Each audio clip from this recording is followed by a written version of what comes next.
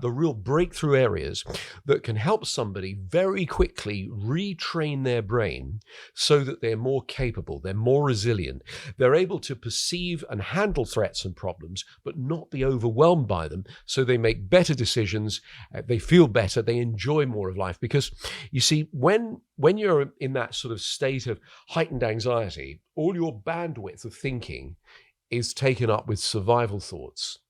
And so when you reduce that, there's more room for all the good stuff, creativity, joy, bliss, happiness, etc. So it seems that in our modern world, right, we're no longer concerned about being eaten alive as a hunter-gatherer by a wild animal, but our body still perceives threats, and those threats might be that project that's long overdue, or a long to-do list on our calendar, or the fact that we are late for an important meeting and traffic isn't moving. And these things trigger this biological response. And I remember reading this. I don't know how true it is, but I remember reading that American doctors, or a panel of American doctors, suggested that 50% of all doctor visits are primarily due to stress causing some condition in our body to break down. Yes, that's a true statistic.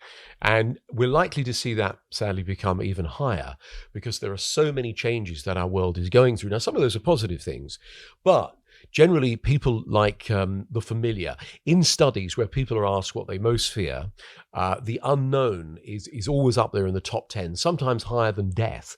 So, some of the changes that are going on in the world are good, but even though they are, people are overwhelmed by them because they have to adjust and adapt to a new environment, for example. So what I've done with the techniques that I've gathered is I've put them into a system that's very easy to understand, because far too many people open a book and it's full of psychobabble, or listen to an audio program and it's got all sorts of technical language.